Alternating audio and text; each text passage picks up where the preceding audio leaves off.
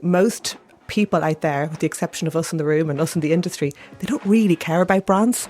So that's, an awkward truth, but it's true. And, we have to find the balance between looking at data that feels like it's knee-jerk and then remembering that actually people are going to forget about this campaign very, very quickly. Every brand should have that strong brand vision, build it, create the trust. So we often look at if they've lost their vision, they're really losing the path. So how do we identify certain metrics we can dial up in the media to help them build that vision back up and create the future potential of the brand? Hello, I'm Omar Oakes, editor of The Media Leader, and welcome to episode 2 of The Future of Marketing, our special series in association with Bloomberg Media. And if you're just tuning into this for the first time, if you've hit upon it by an algorithm or tuning into our podcast feed and wondering, what is this series, what are we doing, then please do tune into episode 1, where we had a really interesting conversation with Duncan Chater from Bloomberg and Steve Taylor from VCCP Media, talking about all things multi-platform, video, data, what tools we need, and we're about to expand on some of those issues today in episode 2. To join me, we have two very esteemed guests. We have Jackie Lyons, who is head of planning at Havas Media Network, and Bloomberg Media's head of data, science and insights, EMEA, Phil Robinson. So first, hi, Jackie. Firstly, explain to our audience, what do you do as head of planning? What do you do day by day? Who are your clients? What do you do? So I've one of those answers which would be annoying, which is my days are very different, Omar. One day is not the same as another. I sit right in the middle of the organisation. So I straddle my own, obviously, planning team into strategy, you've met Laura Kell, into the data team. I work very closely with activation as well. And then obviously thought leadership, new business, things like that. So honestly, every week is a bit of a roller coaster at the moment and changes dramatically. Great. And I'm actually going to embarrass Jackie. She was actually named the one awards that we do, the Media Leader Awards. She was named as a Future Media I'm going to get that right, Future Media Leader of the Year in 2022. Yes. Those awards are quite special because it's the trade body chiefs who are involved in the judging, which is unique in the industry. And the IAB CEO, John Mew, said of Jackie really stood out from her ideas to her delivery, whether that be through her work building new teams, establishing a new way of thinking across the organisation, and playing an instrumental role in landing new business and delivering award-winning campaigns. So, Jackie, reveal your secrets. Wow. What is this new way of thinking? Why should we all be listening to you as opposed to the other heads of strategy in the industry? That's a hard question, and I wasn't prepared for that one, Omar, so thanks for starting with that. I would say I am someone who definitely speaks their mind. So if I see something as being a little bit off, I will be brave enough to say it. And I think I'm quite friendly, so I can do that with a smile on my face. I think that's something that sometimes people don't do enough, is just to, shout out if they see something from a work perspective, or of course in other aspects of the office as well, to shout out and speak up a bit more. So watch out, Phil Robinson. Yeah, Jackie's going to be very kind, but tell you you're wrong. With a smile on her face. Yes. Yeah, I'll smile, but be careful. See the daggers. Yeah, so we also have Phil Robinson from Bloomberg Media. So explain your role for our audience. Very similar to Jackie. Every day is a different day in the Bloomberg Media. Always starts with us and ends with us. So we obviously have a range of data intelligence tools. We're obviously known in the industry as a data and insight company. So looking at audiences, brands, industries, really to find those insights to feed into RFPs, whether it's for our sales team, marketing team, creative team, planning team. So we always like to inform and inspire, learn, measure, and provide those recommendations moving forward. Good to hear it. So no excuses, I review. We've got a media owner and a strategist who are here to combine thoughts to tell our audience what we're going to talk about today, which is the best way of measuring brand perception in the market. How can marketers craft responsive strategies that enhance their brand image? And what are marketers generally not doing when it comes to gaining data insights? So brand perception. Phil, what are the best ways of measuring brand perception? Duncan, at our Year Ahead event, he was saying to us that brands are not actually measuring brands enough. We've gone too far down the performance route, if there's a distinction still between brand and performance. So let's start with measuring brand perception. How should we do it in 2024? Yeah, I mean, we've actually seen an absolute explosion in requests for measuring, brand uplift, brand perceptions in particular. So we have a range of ways, and I'm sure the industry does. A lot of what we've been doing, and I've seen a bit of a trend in the industry, is to look towards, I suppose, tapping into that Ehrenberg Bass mindset of looking at the mental availability. So understanding, how those top of mind associations have changed, how that media has impacted, showing it the positive, negative shift across those associations. And even, working with clients to really understand what those brand statements are they're really trying to shift. So, whilst we still do those quite standard reader research panel, understanding the questionnaire, but then also tapping into how that's changing across social media, analysing that data, as well as across the entire sort of editorial narrative, which is a new one we're trying to bring in to say, okay, you're changing it in consumers' minds, but is that actually being impacted in the media itself? So we've got quite a range of ways of looking at, audience, social, and the media itself to try and show that whole spectrum of how brand image is changing across. Yeah. And Jackie, set the scene for us. Why does it matter, measuring brand perception? So, brand perception, I agree with Phil, is something that's possibly overlooked a little bit sometimes. And there is a bit of a resurgence in it. But I think the important thing is it's a function of brand equity. And brand equity has been proven time and again to have greater outcomes than, not running brand. So I think brands that see higher equity tend to have higher market share, which obviously is very important. There's a multiplier effect on equity and profitability as well.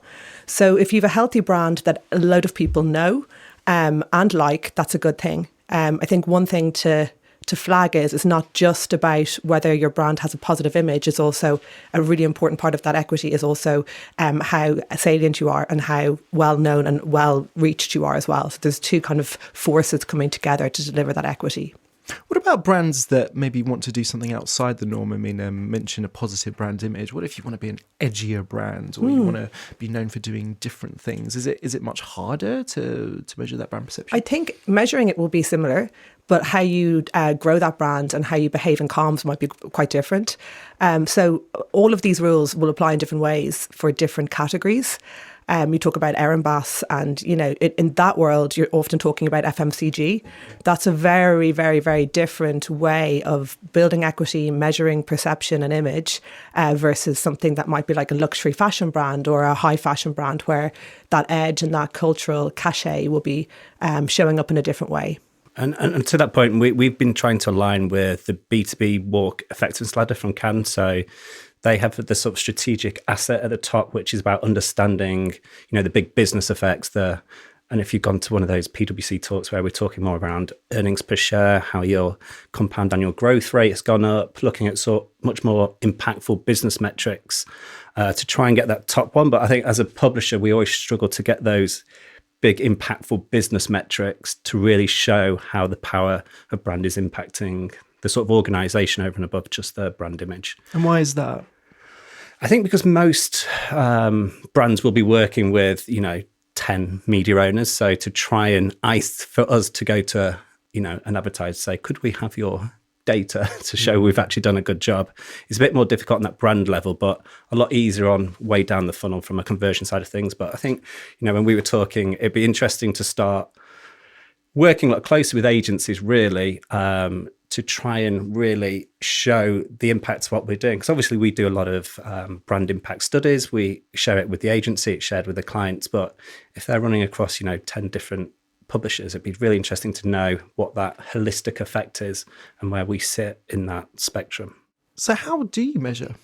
Yeah, I mean, there's loads of different ways. So the classic big brand perception agencies will be the likes of Kantar, Millward Brown, Hall and Partners do good work. And for certain clients with certain budgets, they'll be looking at that on a longer term basis. And I think that's an important synergy between the word brand and lasting effects, which you hear often played out in the world of AV or comms. It's the same thing. You want to be looking at these things with a long-term view because the risk is you start measuring things on a weekly sentiment basis with social, which is also an important lens. or, you've talked about questionnaires. They're absolutely important, but just focusing on the long-term vision rather than a knee-jerk reaction can be important, because when you get into that short-term world, there's loads of clever things we can do, and there's campaign uplift and there's brand tracking, and there'll be different methodologies and how all of those different suppliers work as well. So there's a bit of unpicking the value of the vision and then knowing you're on track, but without focusing too much on knee-jerk reactions would be something that's very important. Well, yeah, I wanted to ask you about, you put it as knee-jerk reactions. Are we still, in 2024, are we still at a stage where marketers, in your experience, when talking to them, are they still too focused on what happens on social media when it comes to brand perception? I don't know if it's too focused, because it sounds like it's the wrong thing to do, but there's so much data out there. Once you show somebody something, they're going to react to it. And if you have a campaign that has negative sentiment, you don't want your boss, you have to manage that conversation internally. So there is a reaction often, and it is about that strength of character to remind everyone what you're building towards. The other reality is, most people out there, with the exception of us in the room and us in the industry, they don't really care about brands. So that's, an awkward truth, but it's true. And, we have to find the balance between looking at data that feels like it's knee-jerk and then remembering that actually people are going to forget about this campaign very, very quickly. So that's why that long-term vision and understanding what you're building to is really, really essential. Accepting the premise that people don't really care about brands. Is it more important just to have salience to be remembered rather than first of all, rather than focusing on the perception below that? Yeah, we obviously work with a lot of B2B brands, so understand that salience, and consumers don't care about it very much in our world. I think it's really... How different is it for B2B in terms of compared to consumers? Because, you can imagine most consumers wouldn't have heard a lot of brands, let alone care about them. But it's different in B2B, isn't it? It is, yeah. I think everyone, particularly on the Bloomberg audience, everyone has that base level of understanding, who they are, what they offer, whether it, if it's a cybersecurity, offering cybersecurity. So trying to change perceptions which are so deeply ingrained in the brand and what people think stands for is often the challenge for us. And that's where we kind of dive into more trying to really understand, if we're trying to talk about a sustainability message, what are the audience reading about in sustainability, to make sure that when we are creating the content or the media, that message, say it's decarbonisation, is really coming through in the media to change that perception that moves away from just sustainability, but to focus on decarbonisation. So it's a tough world because of that, because sort of strong knowledge, particularly among business decision makers, C-suites, of what brands stand for. So Jackie, as the strategist, how can marketers craft responsive strategies that would enhance a brand's image, do you think? So you have to know where you're headed, which we've talked about already. And there's an important nuance there. So, there's an increase at the moment, actually, Omar, in people looking at their first party data, which is another massive hot topic. And then enriching it to understand what are the things that people who are in our current customer base care about, and how can we use that data to enhance what our brand stands for. So if you have a very young customer base, you might find that they care about things like purpose of a brand, societal change. That's very, very important to younger consumers at the moment. And that might be a lever you want to pull into how you show up in culture or how you show up in comms, as an example. The other interesting thing, of course, is thinking about what your growth strategy is, because you may actually be trying to pivot away from a certain audience. Your base may not be representative of the types of people you want to have as your marketing base in the future. So there's that tension of, do you have the right base now? What are they telling you? But also looking at other data sets to say, what are insights we can derive from other data sources to future-proof our brand and make sure that the new people we want to attract in are finding our brand to be relevant to them. And it does go back to that point about people not caring. People really don't. We have our meaningful brand study, which is something like 90,000 people over 25 markets or something like that. So it's very, very robust. And people wouldn't care if 70% of brands disappeared tomorrow, which is a fact that we use a lot, right, at Havas, because it's so powerful and it's the uncomfortable truths that we face into. So building brands that are relevant to people is really important, but also being honest with everyone about how far we can take that is valuable too. I was interested to hear about that. So do you tend to look at it from a brand and audience perspective when you're building that strategy out, or is there other elements that play into that? From a brand perspective, Yeah. Do you So start with the audience, or kind of starting with like the brand vision and the purpose of it? it will be case by case for certain. So some brands will be excellent at understanding who their customers are, Yeah. and in that case, you'll be fine tuning and painting out a picture of where the brand needs to go. In other cases, you'll be starting with the audience for definitely, and filling in gaps and enriching them to be beyond like a buying audience, which often can happen where we get like, your brief is reach 15 34s.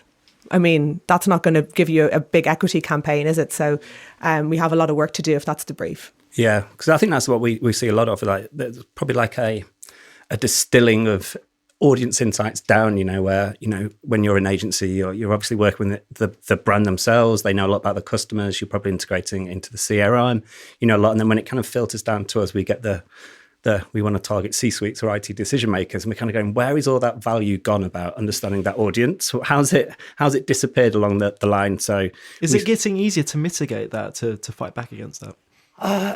I think for us personally, I think a lot of the media owners who have their first party data where they know exactly what a C-suite is reading about, where they can fill in the gaps in the brief, and then we go back and share, are we along the right path? So I think we're definitely turning of sharing more, filling in their gaps. And I think it'd be just great to go back to like the old days of, getting people around the table going, what have you got? What have we got? How do we fill in the gaps?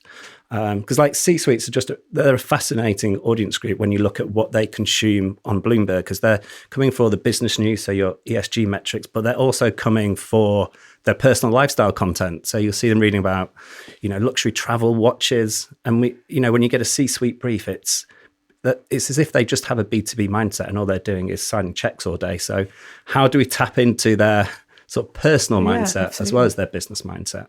And I think that's where we can start to try and change the course of what we're seeing. Jackie, in your experience, what have you found are the biggest mistakes that marketers should watch out for when they're trying to craft these responsive strategies? One would be like forgetting how quickly a campaign will disappear out of people's heads. So, you can put all of your focus and get into this fishbowl mentality on this big campaign. But it's the consistency of building that over time that will leverage results for a brand rather than like a single moment in time. So you have to think beyond a campaign and have like an annual strategy. That would be one mistake. I've seen it so many times, and there's so much money being spent, and it's so hard to get it live because what we do is difficult, right? There's so many different stakeholders, and then that's it. And that's it for a year. And that is definitely a big mistake, I think. So that's one. Do you want to add one, Phil? What I think? No, I was just going to add to that because we were having a conversation recently, and they were very much about sustainable finance this year. So that's now been in their head. That's been ticked off. So we're now on to the next topic. The next campaign. I was like, no.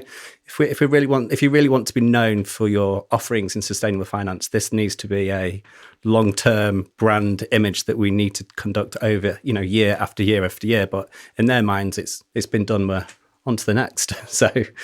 Hearing you say from your perspective, it needs to be, consistent over time. It's definitely what we need to. And then what are you measuring, right? Because that's what the conversation's about. And you can measure something that shows the campaign had massive uplift, but how do people feel about your brand in 6 months' time? Yeah. Like it has to be sustained and it has to be growing in the right direction. And that's kind of what I meant about that vision at the beginning. So then every campaign, whether it's Bloomberg measuring it or somebody else, you're all moving in the right direction. And that's what's useful. There's just so much data out there. You have to kind of unpick the pieces that are building towards the puzzle you're trying to build. So you can have that conversation internally then for marketers, which will be important to show the value of everything laddering back up. And it's quite nice to hear we're on the right path because we build a sort of brand health tool where we look at how global business leaders perceive brands. So not just focused on the Bloomberg audience, but more to give us like an unbiased perspective on brands. So we always start that, every brand should have that strong brand vision, build it, create the trust. So we often look at if they've lost their vision, they're really losing the path. So how do we identify certain metrics we can dial up in the media to help them build that vision back up and create the future potential of the brand? So it's nice hearing you talk about vision because it's definitely on our radar of how we help drive those brands. What about data-driven insights in particular? I mean, what are marketers generally not doing when it comes to gaining data-driven insights, and how are they going to need to improve this in 2024? I think like a CMO's job is increasingly difficult nowadays. like when I get out my violin, when I first started working in advertising, but it was so much straightforward, like more straightforward back then. And now you've got like internal teams doing performance media. There'll be rich insights coming from there, right? You've got like a PR team who might be like getting really good at sentiment from PR content and stuff like that. You might have a data team in-house now who's dealing with first party data, and they'll have like app profile data. And then you'll have media agencies we work very closely with YouGov. We've got tons of stuff we can share with clients. And it's how do you knit that all together? And I think that's a real challenge, because it's hard when you're such a busy person, such a generalist suddenly, dealing with all of these different agency worlds and opportunities and data sets, knitting them together and making sure everybody can see everybody else's data is a thing that I don't think happens enough. And I can see why, because we're just trying to get stuff done. But, having the strength to try and unify all of that into a single vision and story is something that needs to happen more often.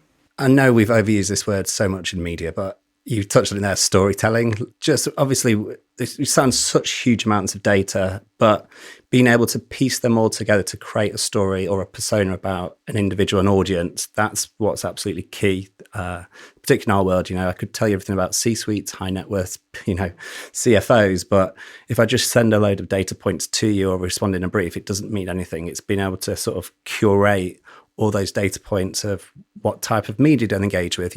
We see high net worths, 90% of them are on mobiles, they're more video focused, they're reading about equality. So being able to sort of create that story and show what they read and build up that persona really helps, I think, in our world, understand that audience better and be able to respond to briefs. Yeah, and then for a CMO, they're going to have the audience data, and they'll be in the middle, right? So they'll have all of these agencies with various different data sets. They need to be able to take that data and storytell it to have a cohesive story around that audience, but also then, of course, ladder that back up to the CFO and change that storytelling narrative to something that delivers on business results. So it is a very difficult role, I think, nowadays to understand how all of that comes together and then translate it into the value for your business. Yeah. I mean, there's some fun ones we work with. I know I spoke B2B, but we all work with some luxury fashion brands where, using some of the syndicated research, understanding what actually drives luxury purchases. And we saw like this year, it was all about heritage. And interesting, we spoke to our Bloomberg intelligence analyst who, develops a lot of investor reports in the luxury industry. And she was showcasing that what they saw in the luxury was that people that the heritage brands last year were the only brands that grew from a compound annual growth rate and earnings per share. So it's quite nice from our perspective when you start to see those audience insights actually equate to full business metrics, because that's when you can speak to the CMO and the CFO to show this is working. You're reminding me of another important angle on that, which is understanding what the drivers for your brand are. Which, and in the example you've just given, heritage clearly is something that's coming through as being important. And I think that's one of the risks of looking at all of this data is you start measuring everything, and you need to be single-minded on what's the one or two things that is going to deliver growth for your client or your brand. And yeah, an example coming to mind, I was fortunate enough years ago to work on Diageo and Guinness, and they worked with Kantar at the time, and they won't mind me saying, because it's kind of obvious what their brand, if you were to look at like meaningful, salient and different, which is how Kantar stack a brand model, you can guess that different is going to come through very strongly for something like Guinness, right? Because it comes as an essence of the product that's pushed through everything else. So if you know that you're doing that one well, what's the other one thing you're going to do next? And it could be salience, it could be meaningfulness. It will depend on your brand, but picking one or two things and focusing on them, I think, is really important for a CMO to look at today. So being clear about everything they're seeing and picking the single-minded strategy that will push forward. And even though, as you say, it will depend from brand to brand what they should focus on, those one or two things, are there generally other things that too many brands are focusing on too much that they shouldn't be? I mean, purpose is the obvious one there, right? That we talk a lot about as an industry. And I think the reality is consumers nowadays are really savvy. We're operating in a world which is negative. There's a lot of pressure on people, and purpose can get very worthy. And actually, when Kantar talk about meaningfulness, they don't mean it in terms of purposeful. They mean it in terms of like does what it says on the tin, which also can get translated incorrectly, which is a big, as you can imagine, risky strategy if you get that wrong. So I think what people want are brands who are transparent and have integrity. But they also want a lot of fun from brands nowadays. We see that in our Meaningful Brands report. They want a little bit of an escape from all of this negativity around at the moment. And so you see that actually also coming through in the likes of the Cannes Lion work. If you talk to System 1, there is a little bit more fun coming through the industry. And I think that's a response to what we're seeing as a desire from people and how they want brands to fit into their lives. Yeah, and I think we see that from our perspective. Like, and I know you talk brand purpose, and we have that. B2B is the ESG, which I think we're over that sort of hump of everyone talking about ESG. Which what does that mean? We've done it now. Tick. We've done, yeah, we've done ESG. Yes, of course. Like sustainability and everything in that space is very important, but just do the right thing. Have integrity. That might not be your outward facing message to your, advertising and your comms. That might not be what you push out. It doesn't mean you don't do the right thing. Treat your people well, focus on your own scope 3 situation, whatever it is. But don't make it the focal point of your outward facing comms, because that's where it feels disingenuous.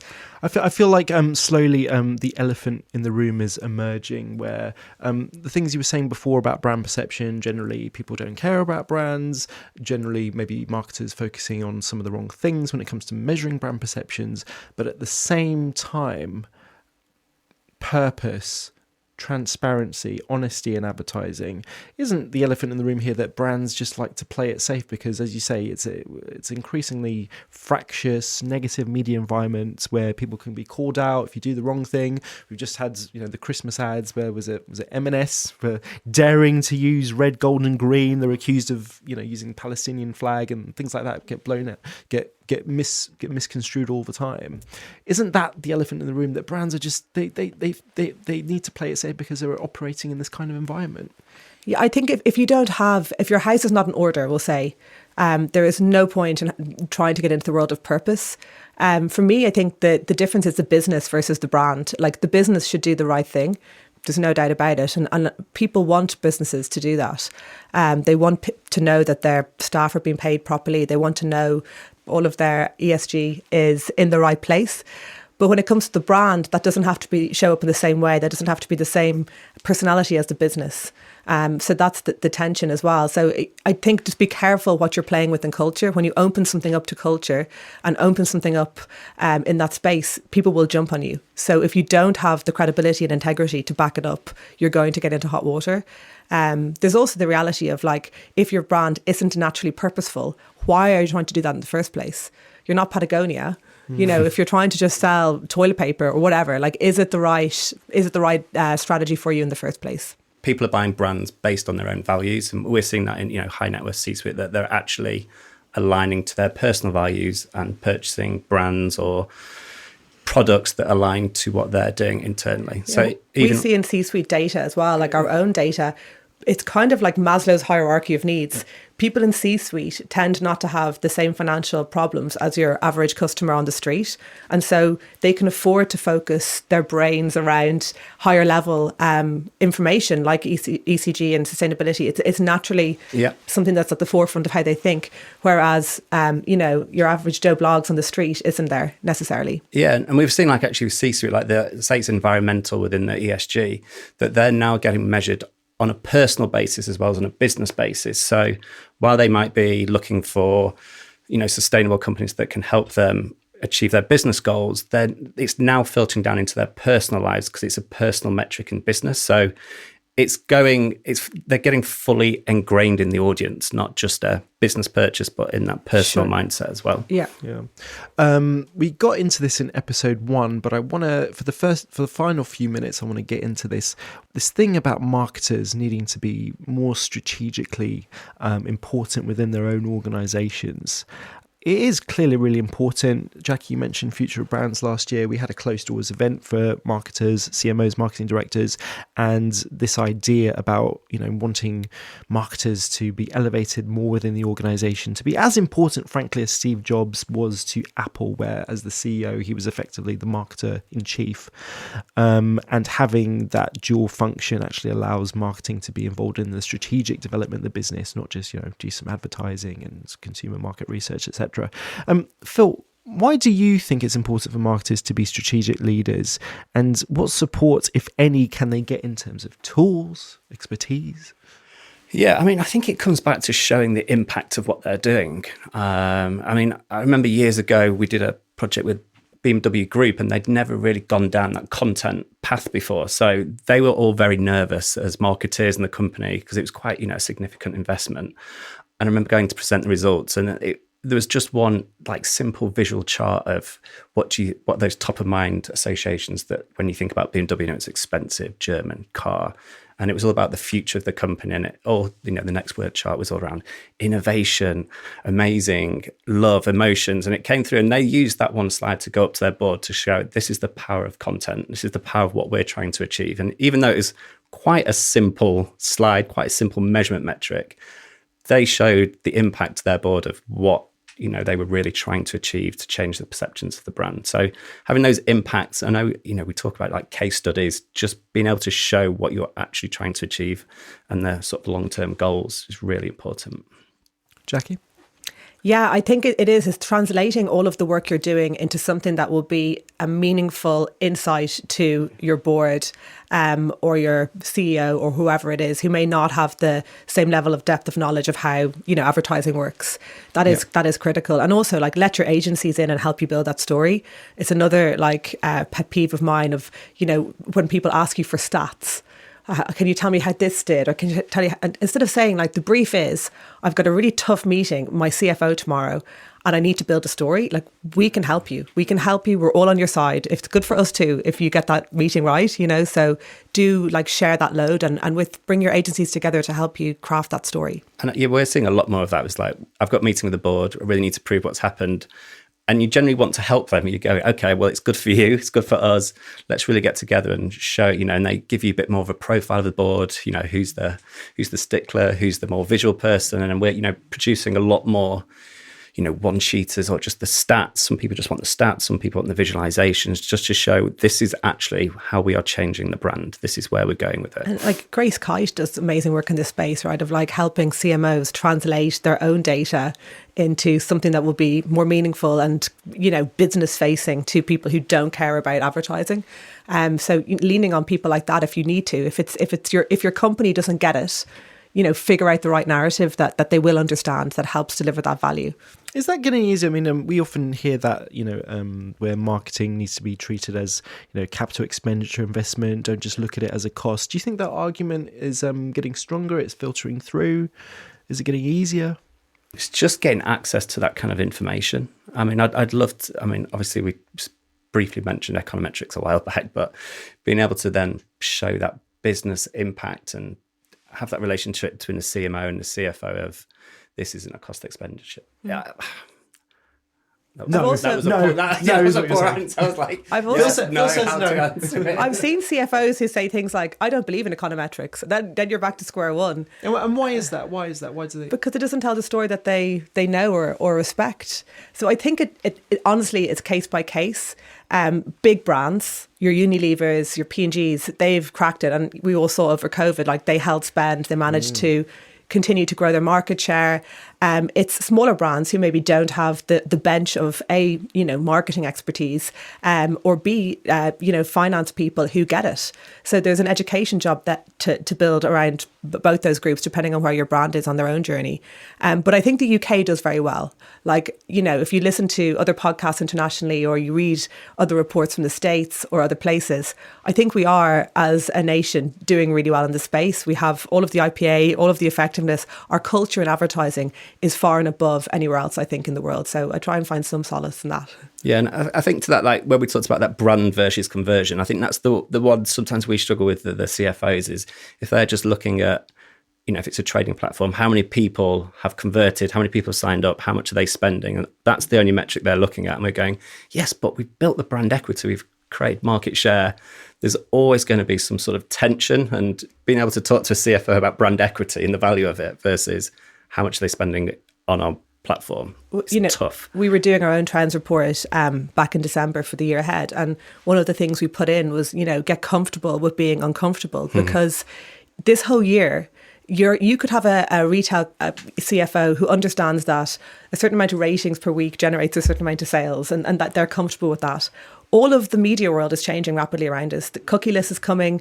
You won't be able to look at last click. You won't be able to look at all of the short-term metrics that they probably find amazing and enticing because they're showing action. So all of that's changing anyway. So a CMO has to really get their head around how to tell a new story this year. In 12 months' time, if we were to recreate this podcast, the world of measurement will have changed so dramatically that if you haven't found the right way to change that narrative in your own business, you will be at risk of cutting spend and not getting the value you need from your comms. Yeah, and there's only so many times you can repurpose the long and short of it charts of, I wish they'd tarted them up a bit, when they first made them, because they're used so widely. They're they could have done a little shading or, every presentation. Yeah. This is why you should continue spending throughout every session. Yeah. So if not showing that chart, to wrap up, what's the one thing that you could do to help them or they could do to help themselves? Phil?